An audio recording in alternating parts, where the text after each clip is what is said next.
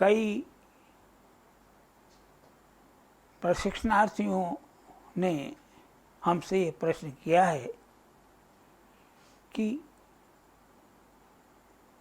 परंपरा से तो 3 या 3 से गुणित 3 तिया 9, 9 ती 27, 27 ती 81 चक्कर लगाने की परंपरा है। 3 के जो पहाड़ा है उसके हिसाब से ही चक्कर लगाए जाते रहे। लेकिन आजकल 13 चक्कर, 7 चक्कर, इस तरह की कितनी भी संख्या के चक्करों को लगाया जाता है। तो ये उचित है या नहीं है, और 3 का ही क्यों महत्व है, इसके प्रश्न हमसे किए गए। इस संदर्भ में मैं ये कहना चाहूँगा कि ये जो प्रचलन चला है ये तो इसलिए चालू हो गया कि सम नहीं आया, तब तक गिनते रहो, 13 पे सम आ गया तो 13 चक्कर हो गया, और किसी भी संख्या पे सम आ गया उतने चक्कर का बोल देख रहा। लेकिन शास्त्र सम्मत यह नहीं है। शास्त्र में 3 का ही वर्णन है और उस 3 की संख्या का बहुत महत्व है। हमारी भारतीय संस्कृति के अंदर 3 की अगर गिनने लगाऊं तो अभी बहुत सारा समय निकल जाएगा। हमारे 3 देव हैं। उससे पहले मन, बुद्धि, अहंकार, ये 3 से बना हुआ चित्त है। उसके बाद 3 जो है वो 3 लोक हैं,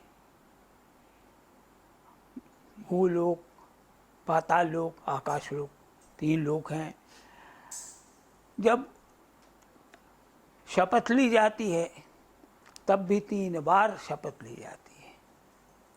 अब भी कोर्ट के अंदर ये प्रचलन है कि 3 बार कहा जाता है, मैं जो बोलूँगा सच बोलूँगा, मैं जो बोलूँगा सच बोलूँगा, जो बोलूँगा सच बोलूँगा। 3 बार शपथ ली जाती है। इस तरह से हमारी संस्कृति के अंदर 3 का अत्यधिक महत्व है। इसीलिए बंदिश का जो अंतिम भाव होता है उसको तिहाई से समाप्त किया जाता है। बंदिशें कई प्रकार की होती हैं, कायदा भी होता है, परन भी होती है, पराल होती है, बहुत सी चीज़ें होती हैं। लेकिन जो परन या तोड़ा टुकड़ा है, इसका तिहाई से समापन क्यों किया जाता है? क्योंकि जो वो बंदिश का स्वरूप है उसको आखिर में दिखाया गया है कि यही है, यही है, यही है। गदिगन धा, गदिगन धा, गदिगन धा शुरू किया था, गदिगन नागिता कित तक, तो उसी को यहाँ लाकर कहा गदिगन धा, गदिगन धा, गदिगन धा। यह जाति, तो उसी जाति से हमने बतलाया कि ये जाति का स्वरूप ऐसा ही है, ऐसा ही है, ऐसा ही है। तो ये 3 का विशेष महत्व है। उससे त्रिदेवों का पूजन भी हो गया, त्रिलोकी का भी पूजन हो गया, सबका इसके अंदर निर्वाह हो गया। इसलिए 3 का बहुत महत्व है।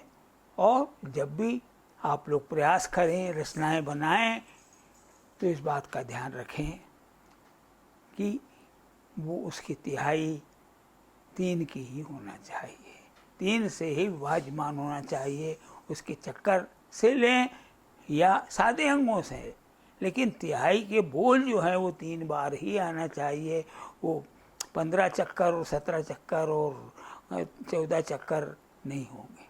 वो होंगे तो वो शास्त्र सम्मत नहीं है।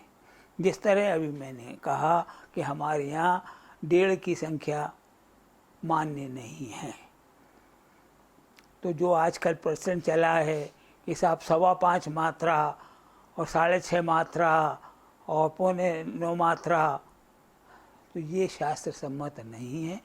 और दरअसल ये इल्यूजन है, धोखा देते हैं।